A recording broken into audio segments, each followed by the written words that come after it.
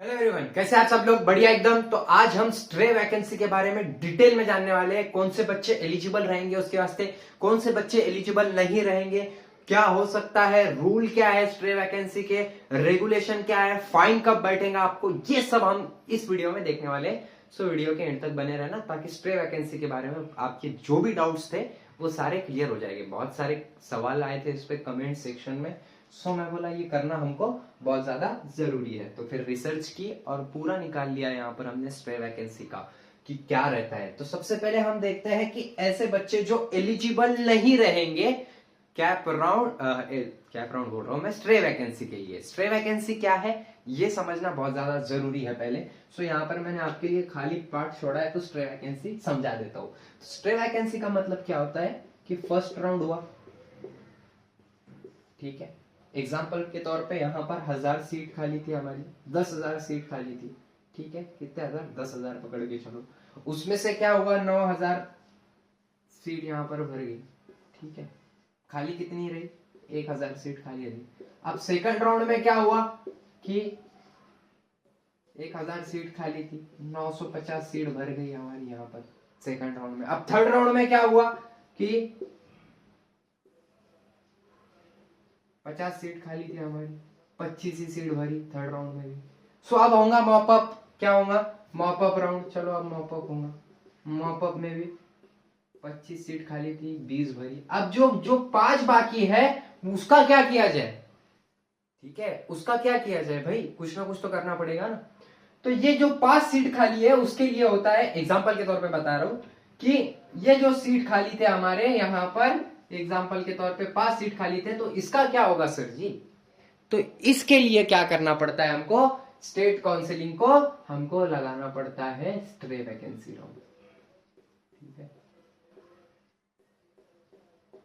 इसमें particular colleges part लेते हैं, पूरे कॉलेजेस यहाँ पर पार्ट नहीं लेते हैं, ठीक है। तो यहाँ पर पर्टिकुलरली कॉलेज पार्ट लिए। अब उसके बाद इतना समझ में आ गया आपको स्ट्रे वैकेंसी क्या है। डिटेल में समझाने की कोशिश करूंगा मैं स्ट्रे वैकेंसी, ताकि आपको हर चीज समझ में आ जाए। स्ट्रे वैकेंसी समझ में आ गई क्या है।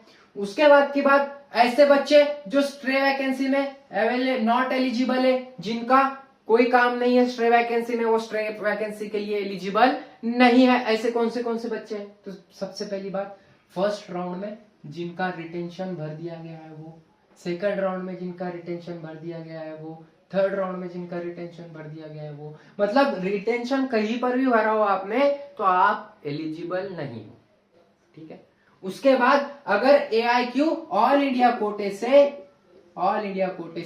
AACCC से आपने AACCC से आपने फर्स्ट राउंड का खेला है, सेकंड राउंड खेला है, थर्ड राउंड में काउंसलिंग में पार्ट लिया है, तीनों राउंड में पार्ट लिया है, और उसमें आपको कॉलेज को अलॉटमेंट हुआ था, तो भी आप स्ट्रे वैकेंसी के लिए एलिजिबल नहीं है, ठीक है। उसके बाद सीटी सेल के 15% के कॉलेज में आपको कॉलेज मिला था AIQ से, सीटी सेल मतलब महाराष्ट्र से, तो उसमें भी आप एलिजिबल नहीं रहोगे। AIQ से अगर आपको कॉलेज मिला हो तो, कॉलेज अगर मिला हुआ है आपको और फिर भी आपको स्ट्रे वैकेंसी में जाना है तो ये पॉसिबल नहीं है, ताकि आप एलिजिबल ही नहीं हो।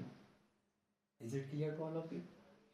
ठीक है, अब रूल देख लेते हैं। इसके रूल बहुत ज्यादा स्ट्रिक्ट है। क्यों स्ट्रिक्ट है? क्योंकि अब बहुत हो गया ना स्ट्रे वैकेंसी। कितने राउंड करेंगे हम? राउंड करते जाएंगे क्या? पूरा साल राउंड ही करते जाएंगे क्या? एकेडमिक्स पे कब ध्यान देगा BA MS BHMS BOMS MBBS BDS जो भी होगी डिग्री आपकी, कब ध्यान देंगे वही एकेडमिक्स पे? अब एकेडमिक्स भी तो चालू करने हैं ना कॉलेजेस के, उनको तो एकेडमिक्स भी चालू करने हैं। इसलिए आप स्ट्रे वैकेंसी, ये लास्ट राउंड है, लास्ट चांस है। यहाँ पर लिखा हुआ है लास्ट चांस फॉर काउंसलिंग, मतलब यहाँ पर काउंसलिंग के लिए लास्ट पार्ट लिया जाता है। सेकंड रूल क्या है कि चॉइस एडिट नहीं हो सकती। यहाँ पर जो चॉइस डाल दिया आपने एक बार, वो चॉइस एडिट नहीं होती है। जो चॉइस फिलिंग करते हो आप, अगर उसमें चॉइस डाल दिया आपने आपकी, तो आपका चॉइस एडिट नहीं होता है। समझ में आ गया? ओके। उसके बाद कॉलेज अलॉटमेंट हो गया आपको, तो आपको लेना ही पड़ेगा। स्ट्रे वैकेंसी में अगर कॉलेज अलॉट हो गया आपको, कोई भी कॉलेज हो, वो कहीं का भी कॉलेज हो, वो कुछ भी प्रॉब्लम रही आपकी, तो आपको वो कॉलेज लेना ही पड़ेगा। अगर आपने वो कॉलेज नहीं लिया तो आपको 5 साल की फीस भरनी पड़ेगी। कितने साल की? 5 साल की। क्योंकि आप सीट खाली छोड़ के जा रहे हो। ठीक है, 5 साल 5.5 साल वो सीट खाली रहेगी तो उसका जुर्माना, उसका फाइन आपको भरना पड़ेगा वो कॉलेज का ओपन कैटेगरी से जितनी भी फीस रहती है वो कॉलेज की डेवलपमेंट फीस के साथ। समझ में आया? पूरी की पूरी फीस आपको भरनी पड़ेगी।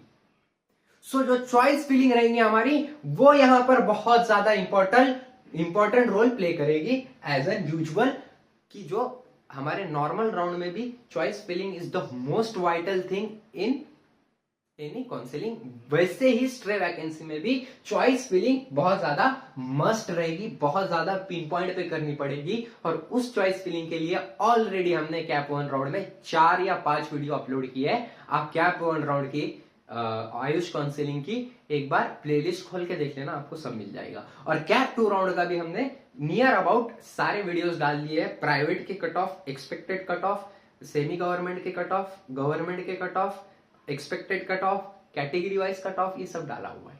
सो आप चैनल पे नए होंगे या फिर आप सब्सक्राइबर भी होंगे मेरे, तो एक बार वो देख लो, ताकि जो कमेंट सेक्शन में आप क्वेश्चन पूछ रहे हो वो वीडियोस में बताया गया हुआ है, लेकिन फिर भी आप वही क्वेश्चन बार बार कमेंट सेक्शन में पूछ रहे हो, तो वो आपको देखना पड़ेगा, वीडियोस रेफर करना पड़ेगा, तो अब जाके आपको ये सब समझ में आ जाएगा। चॉइस काउंसलर को 1 रुपया देने की जरूरत नहीं है आपको यहाँ से आगे, क्योंकि यहाँ पर मैंने पूरे वीडियोस डाले हुए हैं यूट्यूब पे ऑलरेडी। सो आप थोड़ी मेहनत करो और एटलीस्ट 20 से 25 हजार बचा लो अपने पेरेंट्स के, ठीक है, क्योंकि ऑलरेडी सब पड़ा हुआ है हमारे यूट्यूब चैनल पे।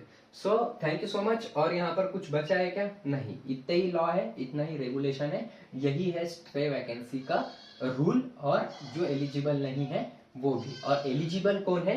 जिनको शुरू से लेकर आखिरी तक कोई कॉलेज अलॉट ही नहीं हुआ था, वो बच्चे इस राउंड में एलिजिबल रहते हैं। ठीक है, समझ में आ गया? Good. So thank you so much. I hope आप स्ट्रे वैकेंसी तक मत जाओ, आपको पहले नंबर लग जाए आपका स्ट्रे वैकेंसी की, आपको जरूरत ही ना पड़े। So thank you so much, have a great day. I hope आपका अगले राउंड में सिलेक्शन जरूर हो जाए। और आपको अगर प्रिडिक्शन लगाना है कि सिलेक्शन होगा कि नहीं होगा, सो आप मेरे वीडियोस देख सकते हैं कैटेगरी वाइज BAMS कॉलेजेस का, और कैटेगरी वाइज BHMS क्लोजिंग भी देख सकते हैं। ठीक है, so thank you so much.